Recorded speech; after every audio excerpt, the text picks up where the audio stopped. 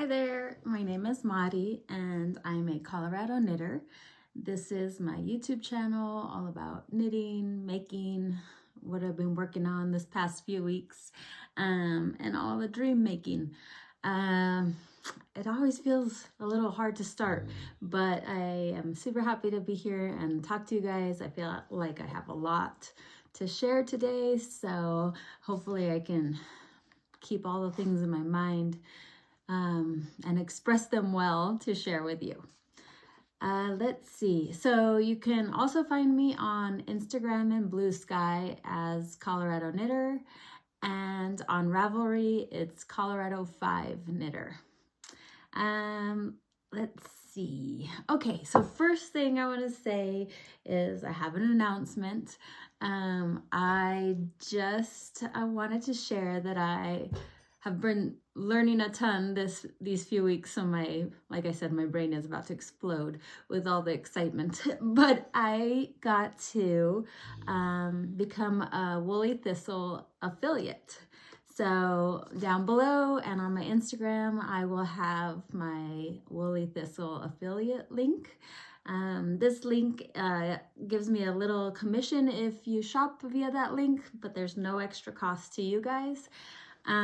So I'm pretty excited. I love the yarns and goods that Woolly Thistle carries. I've never been to the store in person, but I've shopped online for many years. And they've already been so kind and thoughtful and answered my questions. So if you feel like it, or if you have any woolly needs, and you decide to use my link, thank you so much. But to kick off having this affiliate link, I wanted to have a giveaway.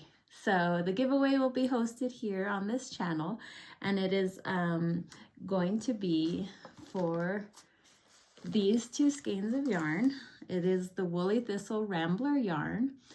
It says, inspired by our love for British breeds and sourced from American wools within Southern Adirondack fiber producers.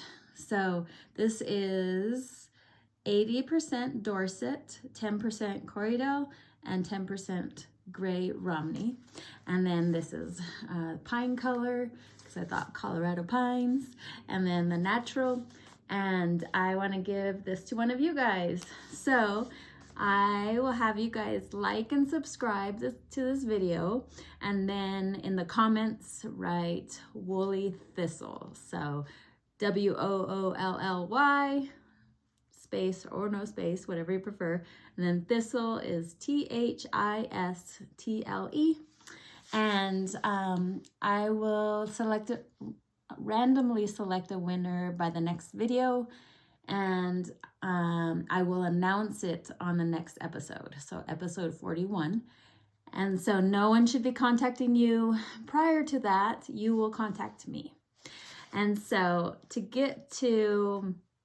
go along with these two skeins, I want to host my first knit along. Hopefully other people do it with me.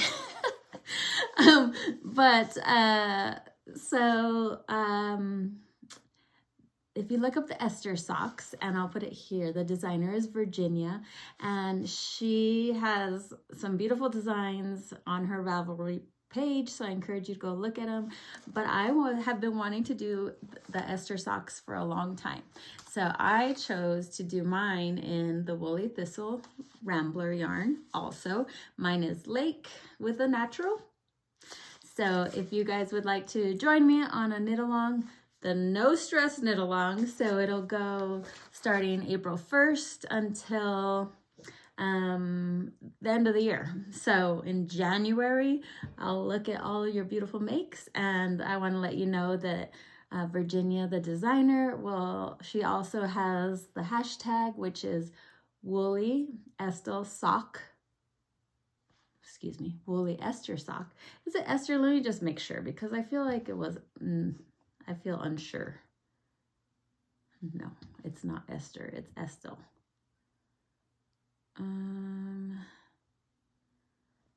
Hang on. This is what happens.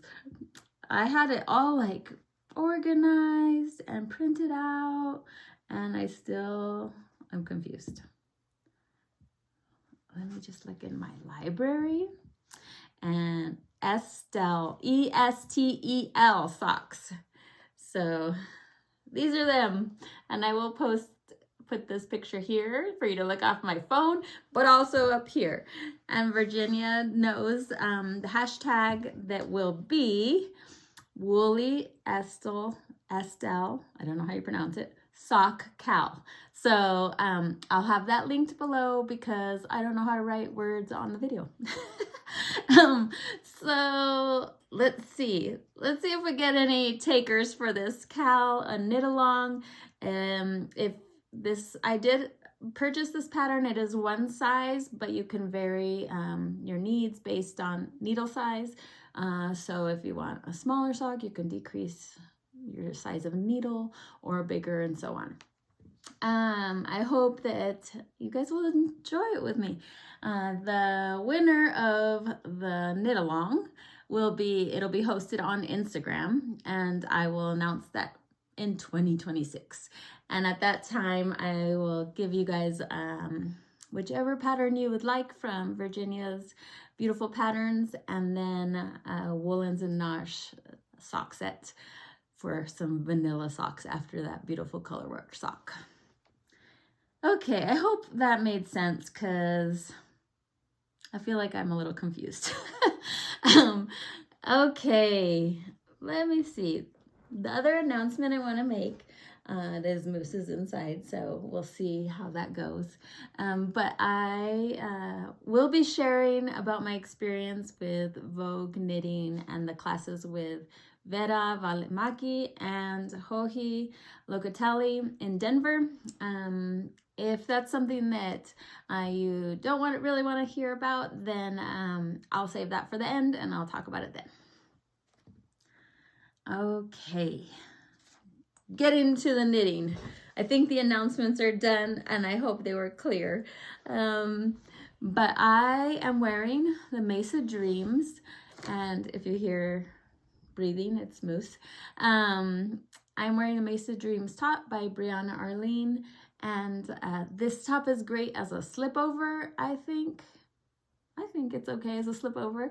I actually wore it to pick up Ian, who was not feeling well at school, so I picked him up today, and it kept me warm in the breeze.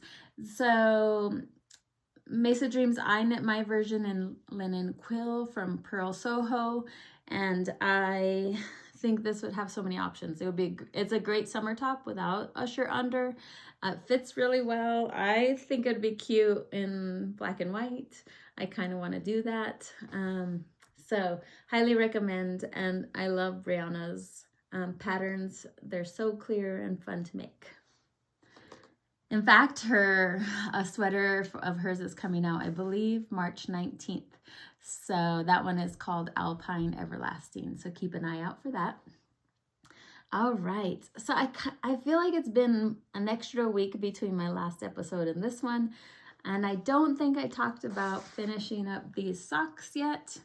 But this is the Summer Lee Colorwork Cuff Club socks, and this is February, hence the hearts.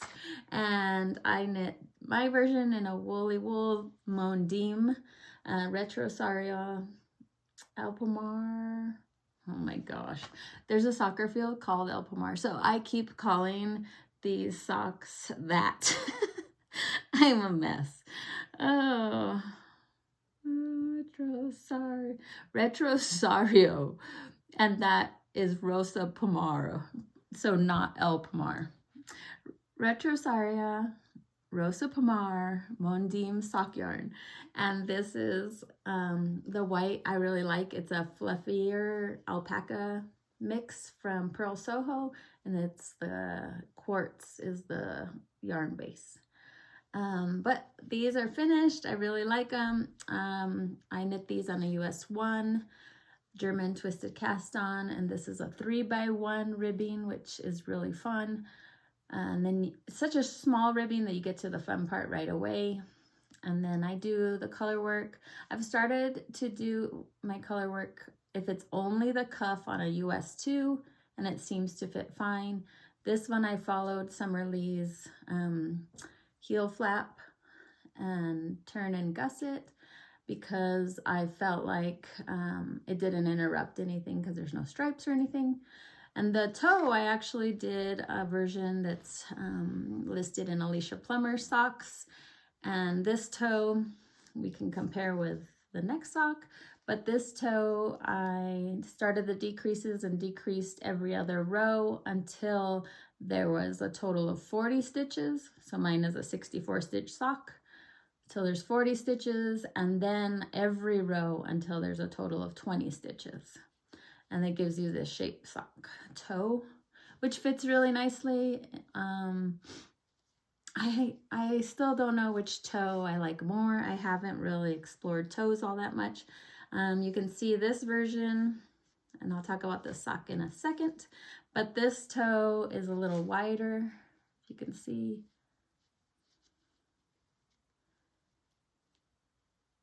So this toe is a Summer Lee's version, and you decrease all the way every other round until you get to 14 stitches each needle. So it just creates a little bit of a wider toe box. So I don't know which ones I like more. I keep hitting the table. I will have to let you know, but I was excited to try the two different kinds. I do feel like the Alicia Plummer one fits really nicely as well. But it's not exactly a straightforward comparison because they're two different bases of yarn for these socks. Anything else I could tell you? I really love the way mondim wears. I don't feel like it gets looser as I wear it throughout the day, which I really love. And they feel good. They block beautifully. They're easy on the hands. Can't recommend it more. All right, the next socks that I was just showing you is March's Colorwork Club by Summer Lee, and I have not woven in the ends, and there's quite a few, so I got to do that, but they have been blocked. I tried to take photos, finished object photos, but socks are very difficult for me to photograph, but they're really cute. So this is March in a Woolens and Nosh February club for her self-striping. It already has a lot of moose hair on there, but I thought this was so cute. This is, again, German twisted cast on. I actually went to a US 0 for this, 3x1 ribbing. Then you quickly get into the fun color work. For this color work, I actually used the yellow stripe for that middle part. And then the white, again, is that Purl Soho quartz yarn base. And then I did a few stripes, shadow wrap heel down to the toe. And this toe I did as Summer Lee describes in her base pattern. I would say all the rest I did in a size 0, and this is a US 2. What else can I say about these? I started to change when I do my toe decreases. Summer Lee has a guidance on starting the toe once you pass your pinky toe, when you try them on. That ends up a bit too long for me, I think. So I've started to, if I try on my sock, which I usually do before I start the toes, I allow 2 inches and then I do my decreases to allow some negative ease. Let me see, what else can I tell you? I had a lot of this left over. This is over 50 grams. And I think next time, if I use stripes or anything, this is a good template, but I would rather have some height here and then the color work. So the problem with my legs is I have thick calves. So if I had the color work higher, it would distort it in the stretch. So I think this is a good template where I could do stripes up to here or a solid color and ribbing, but I can make it the length I want, knowing that this is where I would like the color work to be placed, and then continue sock and then heel. So that would be I definitely, during knitting that, I was like, oh, I wish I had added the stripes above too. This self-striping colorway is awesome. I love it. This is the Purl Soho quartz that I mentioned, and it's 65% merino wool and 35% Surrey alpaca. And this is heirloom white that I keep using, and it's kind of fun for the color work. And then it blocks out a little fuzzy, so it gives it a halo. So that's worked out well. And I'll put this back. Okay, let's see, what else have I finished?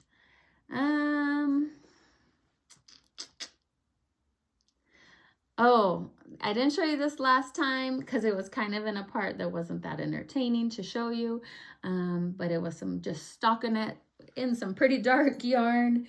But I knit the Gudrun Audrey vest in Unst, U-N-S-T. She has a cardigan that's this knit, but this is a vest version that she's gonna release soon. And I knit mine in Jamieson's Shetland Spindrift and Murray Dancers. I used 5 balls, and I knit mine on a US 5. The gauge is 24 stitches per 4 inches, and I usually get about that gauge on a US 5 for most fingering weights. And so it's kind of nice to have that in the back of my mind. And that's actually what I think about when I think of all of the gauges. I'm like, okay, I get 24 stitches with a US 5 on fingering. So then if it's asking for 22, I can kind of have an idea of go up, down, whatever kind of needle or thread yarn weight. But this is I'm so happy with this. I think I will wear it a ton. I love that I did it in this dark color. I think right now, this is my favorite Jamieson's of Shetland colorway. Oh, I did look up what Unst was, U-N-S-T, and it is an island or an isle in the Shetland Islands. So Ian just asked for ramen. I will have to tell him in a minute. So yes, so this has a really fun, just a smidge of lace work up here. Hopefully you can see that.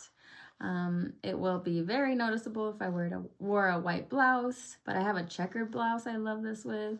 I did a version that the back hem is a little longer, so there was short row shaping to make that happen, which you can kind of see it a little bit more in the front here. I like that idea a lot. The finishing that Gudrun writes out makes it so easy to make it look well finished, I think, and nice and just professional. There is an option to do an I-cord bind off here, and for the button band, you could even do with the I-cord finish less buttons, so just 3 maybe on top if you wore a dress or something like that and you wanted the bottom more flowy and open. Gudrun definitely talks about it on her wonderful podcast, and she shows photos of her wearing it on her Instagram. These buttons, I can't believe it, but I found 10 matching buttons at the secondhand store. And I love a secondhand store called Who Gives a Scrap. It's all craft supply items that's secondhand, but they all match, which was amazing, I think. But I can't wait to use this and wear it. So hopefully it'll be out by the end of the month, and I will be using that a ton. Right now she does have the cardigan out. It's been out a long time. So if you wanted to take a look at that, that would be a great staple as well. Okay, stop hitting the table, Maddie. Okay, let's see. I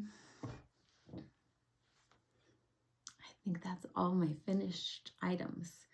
I haven't been sewing this past few weeks, just knitting and knitting and knitting. But my brain really does think of all the things to sew. What I've been working on, I've been trying to focus on Donnie's sweater, which is, I believe it's going to be called the 1983 sweater by Max Maxim Cyr of Le Garçon, and here's my version. I'm working on the next sleeve. I did finish this sleeve. I am not positive that I like the black cuff. I was trying to match the hem here, or the collar here, and Max's design has this portion down at the cuff as well, but Donnie's arms are not quite that long, so we decided to just do the cuff. But I'm not sure if I want to keep it all the gray all the way down. So I'm working on the second sleeve, and Donnie requested that the body, instead of just straight boxy, he would like it to taper in at the body. So initially I thought, I'll just decrease needle size. And then I was kind of worried that it would show the stitch gauge being different, and I didn't want that look. So I found this amazing worksheet, and I'll link it below. Let me text Ian.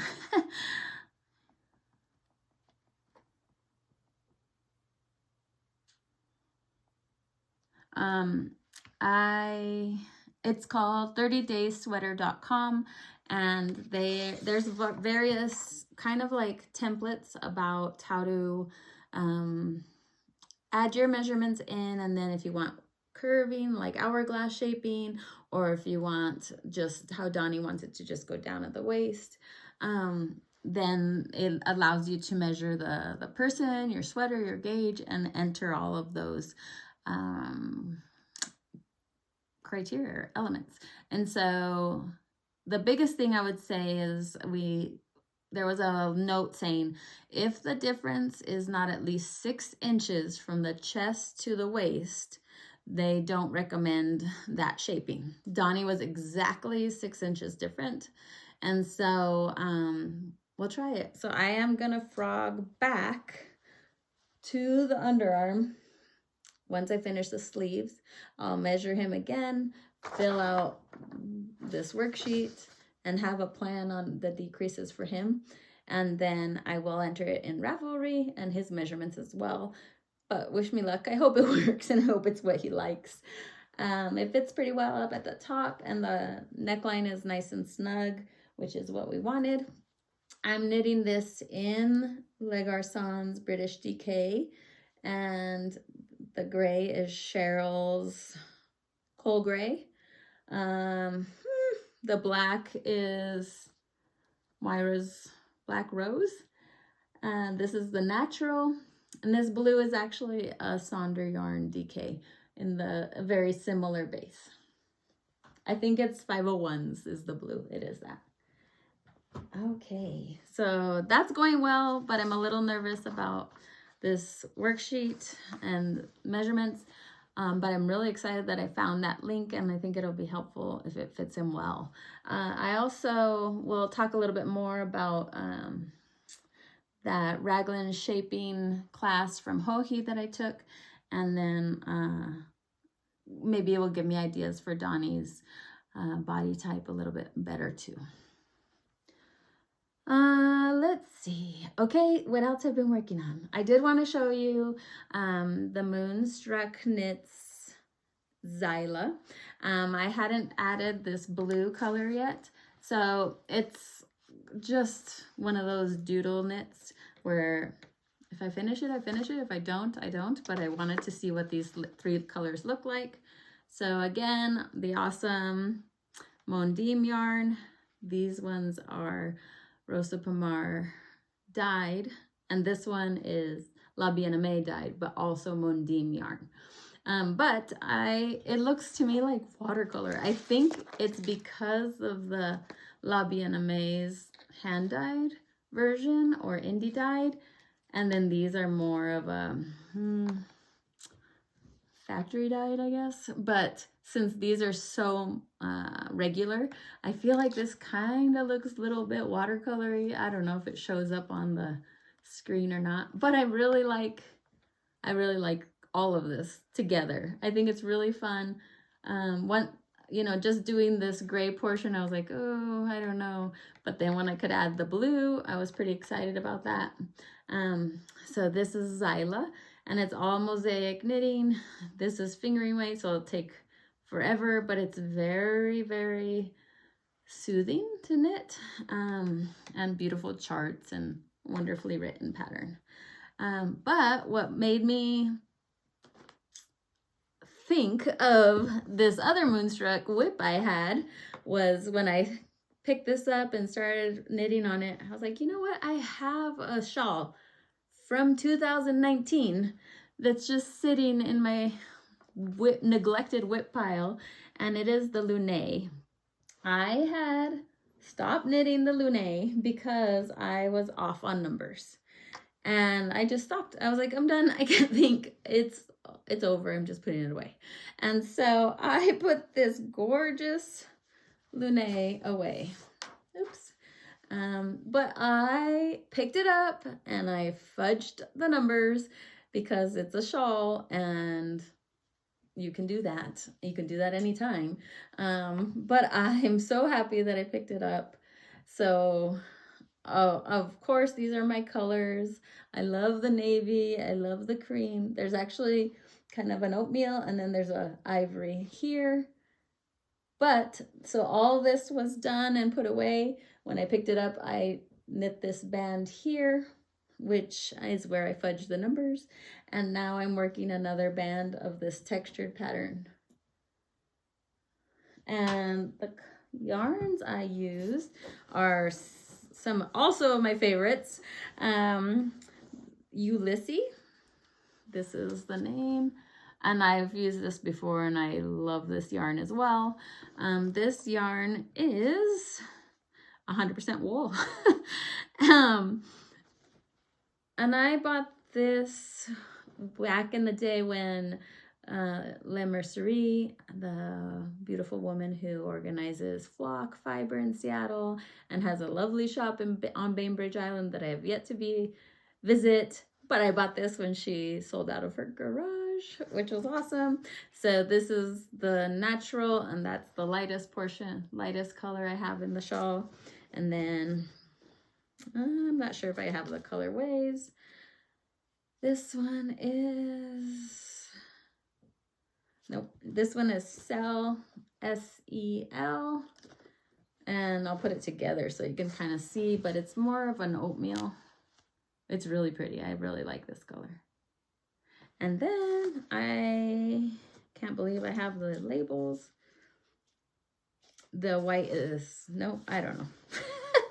And then I thought the white was Blanc, but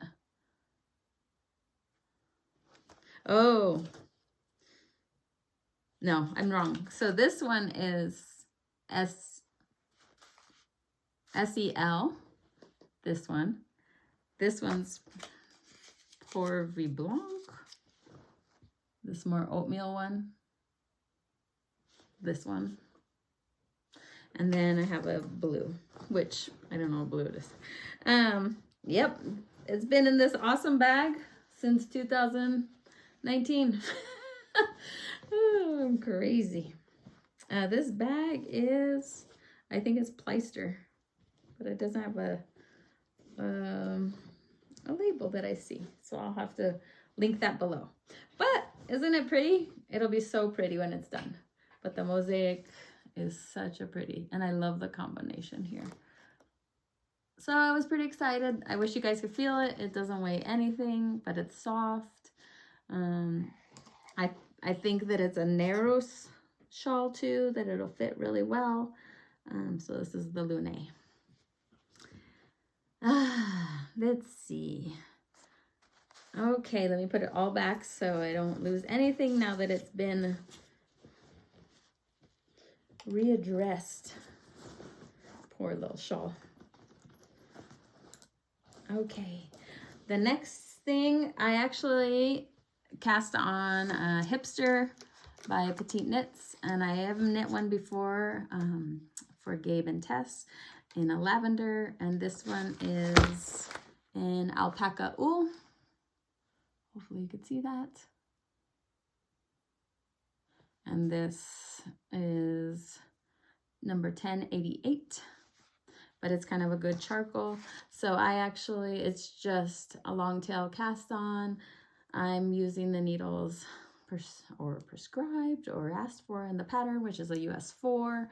And it's just 2x1 for 9.5 inches or so. And then you decrease.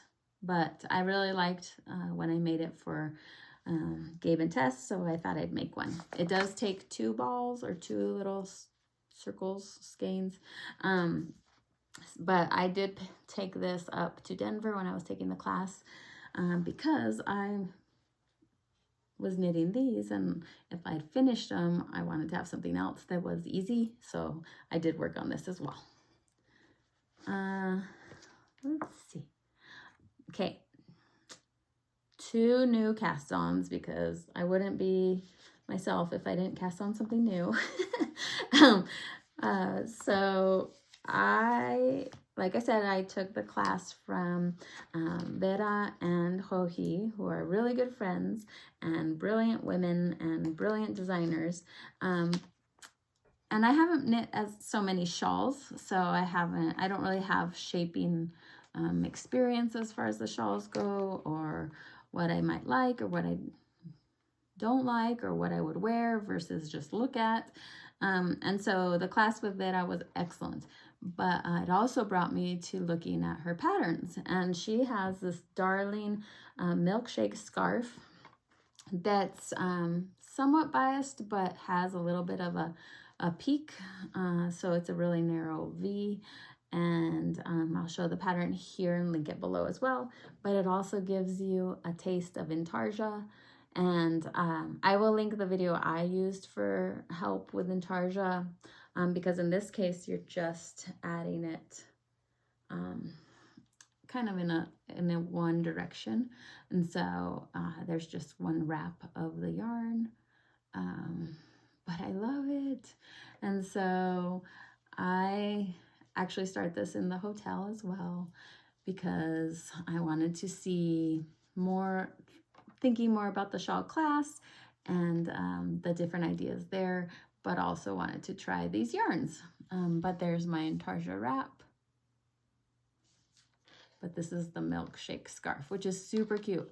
And there's 4 different sizes in the pattern. There's 2 versions of the wide, 2 versions of the narrow. The yarns I'm using were purchased on the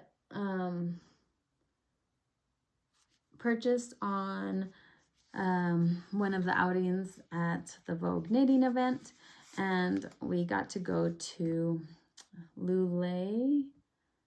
I always say it wrong. Let me see. Lunae Fiber store in Boulder, and I got to meet Dawn of Maker Wool Company. Hopefully you can see that.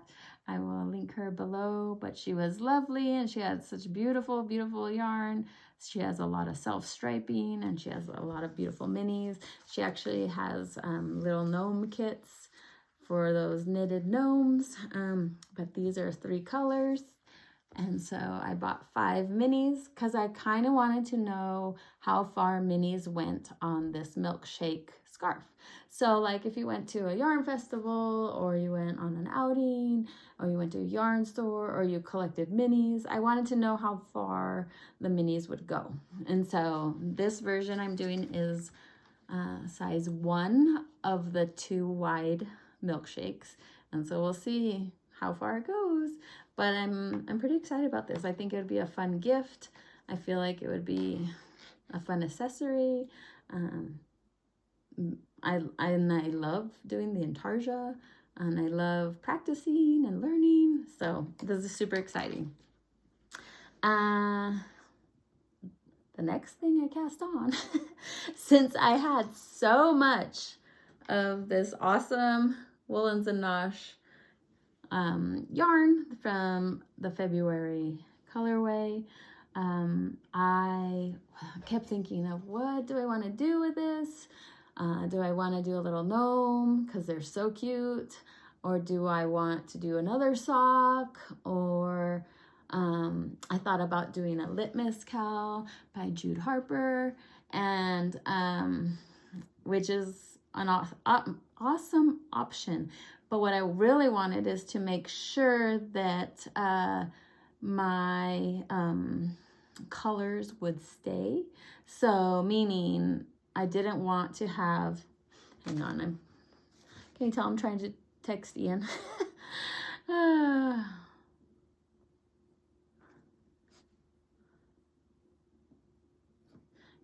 okay. So I was afraid of having such a large stitch number. So I wanted to find something that had smaller stitch numbers. So then I saw Legacy Fiber Arts. They had done the Vienna set by Petite Knits using their leftover woolens and nosh from Michelle and held with like a mohair or a Surrey alpaca, something like that. So I cast on the Vienna. The Vienna set is a set by Petite Knits, and it has mittens, and she has it in a very elegant colorway. But I really want to use as much as I can of this and then decide what I want to do from there. I could certainly add more woolens and nosh that I have. I want to place for the extra woolens and nosh if I don't use it for color work or socks or things like that.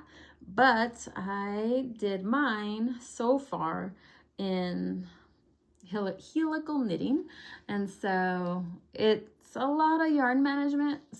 Keep that in mind. Because of the helical knitting, it's not exactly a to-go item like a soccer game knit, but it's kind of fun. I'm holding instead of a fuzzy mohair or Surrey alpaca, I'm holding an alpaca from Sandnes Garn, which is a lace weight, but it is a thicker center twist, I guess. So it does kind of marl the yarn a bit, but I think I like it. I think I like it with a helical knitting because it kind of speckles it out a little bit. So I am using that Purl Soho quartz as my white with this helical knitting so far. My idea also is to do as much as I want doing the helical knitting and this, and then I could even do some solid, meaning solid stripes without helical knitting. So we'll see. I do think it's fun. Right now it'll be a scarf. I don't love how much it rolls at the bottom, but I think that could be easy to tack. So it just had a little bit of a roll, or it could be picked up or whatever. There's always options. But that's kind of cute, I think. It feels super squishy, it feels super soft. I didn't add a mohair because I didn't really want that fluff by my mouth. I mostly just wear chapstick, but I still didn't want it sticking to my chapstick. But I actually think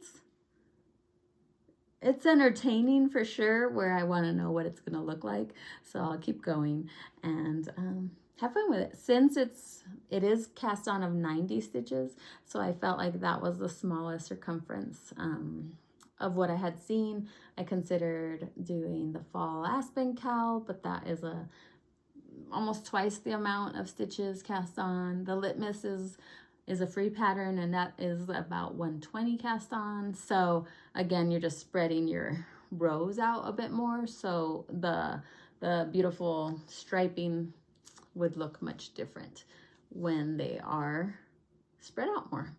But this is the same yarn, which is also fun in a sock. So there's always those options for my self-striping remnants, but I thought this was fun for now. It feels cozy. The yarn management is definitely something to think about though. All right, let's see what else I can tell you. Oh, if you follow me on Instagram, you might have seen that I found, at the same place I found these buttons. It's called Who Gives a Scrap? Who Gives a Scrap? And I got a spinning wheel. and looks like it's from the 1980s. It is an Ashford double something, double, I forget what it's called, double something wheel. I'm clearly a beginner. It is Scotch tension. I did learn that.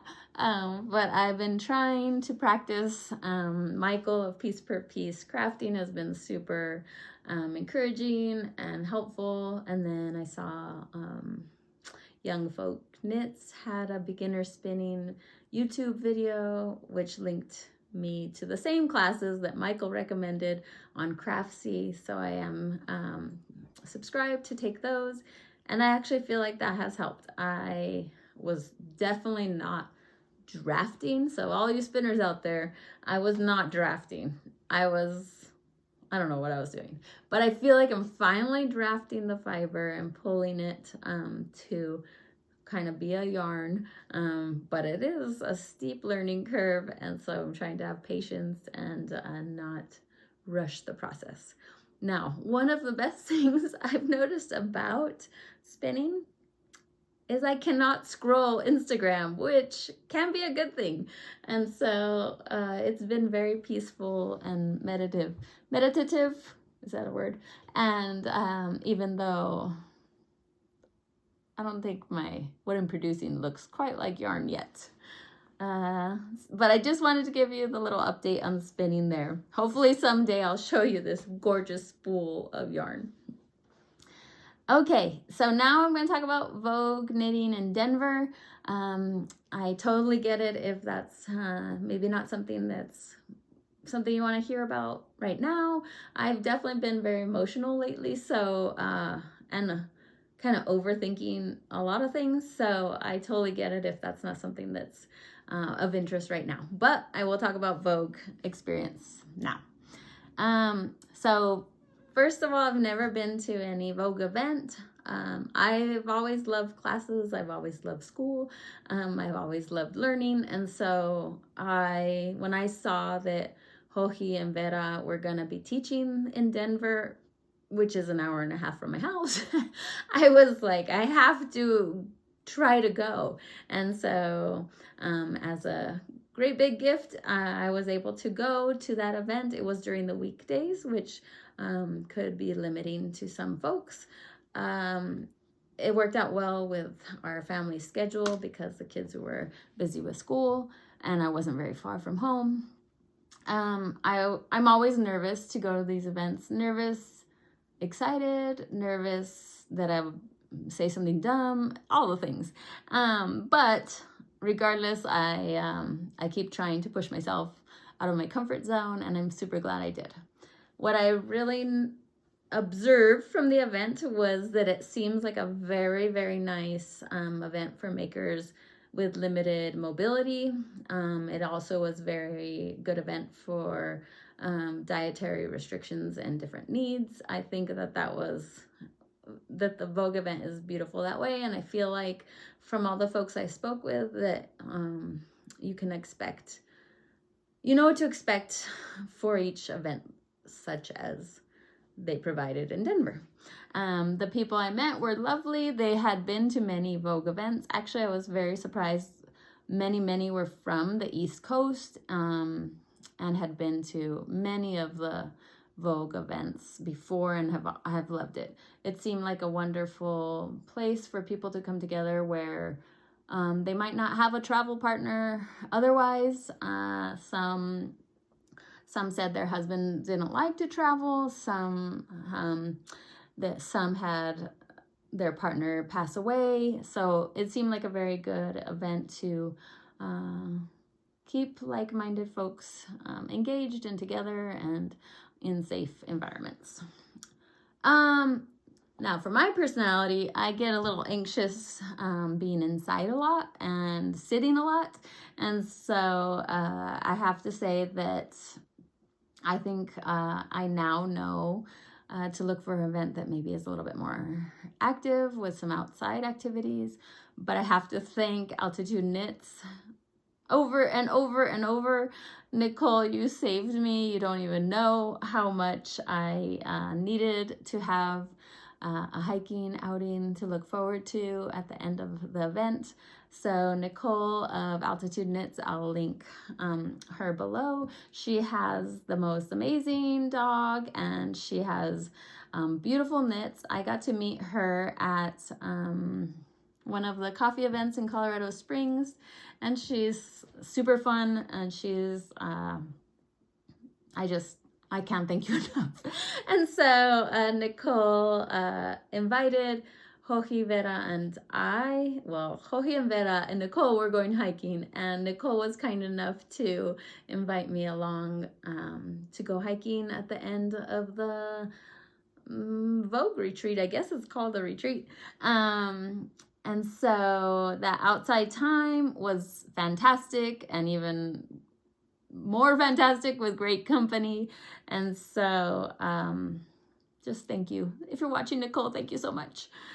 So let's see, going back to the Vogue event, the very first night was a reception with dinner and talk about Joji and Vera's, a lot about interpretations, which is their collaboration together. Gorgeous knits. Their the goodie bag was a Joji bag. So this awesome Joji bag, and you could choose blue, a burgundy, or this brown. And I think this is the Santa Cruz bag. And then this beautiful book from Lina, and it's Vera's book called Stripes. And I think I want to knit every single item in here. I love stripes so much. But it's beautiful. It's been out for a while, and I think a new book is coming soon from Vera, which is very exciting because I really love her aesthetic. Just look at this. It's so good. So they talked about their wonderful friendship and how that came to be. They're both funny, and it was fun to watch their chemistry together as they talked and presented back and forth casually to all the folks attending that dinner. Joji's class was the first class I had, and that was called Perfecting Raglan Sweaters. And this was the first time she's given this class, and it was excellent. She measured each and every one of us in person. I was very, my heart was warmed by her saying that no one is going to make a comment about their own measurements. We don't know how that makes other people feel. So, you know, the measurements, write them down. They're useful and they're yours, but no demeaning comments, which was lovely. And it seemed to me like everyone is very comfortable with her taking your measurements. The biggest measurement she took, let's see, she took bust. She took from this neck bone, she put kind of like a hard item underneath your arm, like this, and then measured down from the bone right here, hopefully you can see, to this, so kind of lined it up in the back of the spine. And then she took upper bicep. So those three measurements were what were critical for her to help us design a raglan that was perfect for our body type. The point of the class was we had a worksheet to enter our calculations, and then she showed how not a single person in our class fit the basic raglan kind of recipe. So it made us all aware that there always needs to be a modification to fit each body. So it was really nice and valuable information. She gave kind of a pretend gauge to calculate from. So hopefully I can figure out and design a raglan that's perfect for me. Speaking of perfect sizing, it kind of brought to my attention. So Donnie has very broad shoulders. The idea, this is not a raglan, but if it was a raglan, the idea would be to quickly increase up at the shoulders to compensate for that wide shoulder or broad shoulder, and then you can slow the increases down as you get lower, which would bring it in. So it would quickly modify to fit the shoulders and then be drawn down. So just tons to think about. I really hope I can remember all the things when it gets to that time. I do have the notes. I have them in my stripes book so that they will be easy for me to find. But it was very, very good. And I believe she plans on giving that talk. I think she's on a cruise in September, and I think she's giving that lesson then. Vera's class was the second one I took. I have knit more sweaters than I have shawls, so it was really nice to hear what kind of shawl I would possibly like most for my lifestyle and for my activity levels. And so I feel like I would like, so she kind of introduced a lot of shapes of shawls. So like a triangle, like a bias triangle, a V-shaped triangle. Let's see, what else did she talk about? I will put some of the pictures here. So the Satama shawl is a V-shaped triangle, and then the double bias triangle is shown in this shawl here. And then the mini triangle is like the milkshake one I'm doing. She did talk about the fact that the bias seems to be her favorite and the easiest to wear, which was interesting to me. And I think I like that idea because I would wear it more like a scarf and wrapped around to keep me warm versus draped over my shoulder. So that was really interesting. I felt like it was good information for me. That's why I decided to try this milkshake shape, mostly because she taught us how to do our own shawl, but I still don't get it. And it's not because of Vera, it's because I haven't knit very many shawls. So this was a good way to kind of see when the increases and the decreases on the sides for a bias. I loved, she showed us how to cast on with this I-cord, and it is on her Instagram page. She has a video of her doing this beautiful cast on. It is an I-cord cast on, and it is, I mean, awesome. It's so seamless. It's wonderful. So that was fun. She has a shawl coming out soon that's essentially this shape, but on this straighter side, she has a cable, which that's gonna be fun. And it's kind of that narrow mini triangle. Okay. The other thing we did when we were there is we got to visit the Shot Spindle Company, and I'm sure I'm saying that wrong, but that was wonderful. I'll put in some pictures of the event I did, post that on Instagram. I was amazed at the wonderful makers creating these beautiful wheels and looms. Had I not found a wheel at a secondhand store, my eyes would have been all over those looms and wheels, and I would have wanted one right then. So that was awesome. They're all made in Boulder, and they have all the parts. They make everything all the way through the metal that they use, and each one is tested with experienced spinners, so you know you're getting a really good product. We also got to go to that Lula Fay Fiber in Boulder, where I luckily met Dawn of Maker Wool Co. The shop was beautiful. It had all the things you would want. And then downtown, or I guess it's downtown, the Boulder by Purl Street is really fun to walk around. And then that's a wrap. I have no idea how long this is, but I know Ian needs some soup, and I was super excited to record this. I felt very all over the place, but I love all the things I'm making. I hope you love all the things you're making. And thank you so much for watching. Don't forget to like and subscribe. Enter in the comments Woolly Thistle so that you guys can win these beautiful skeins of yarn. And then we'll start a knit along April 1st for the ESTEL socks. Hope you join me. All right, thanks. See ya.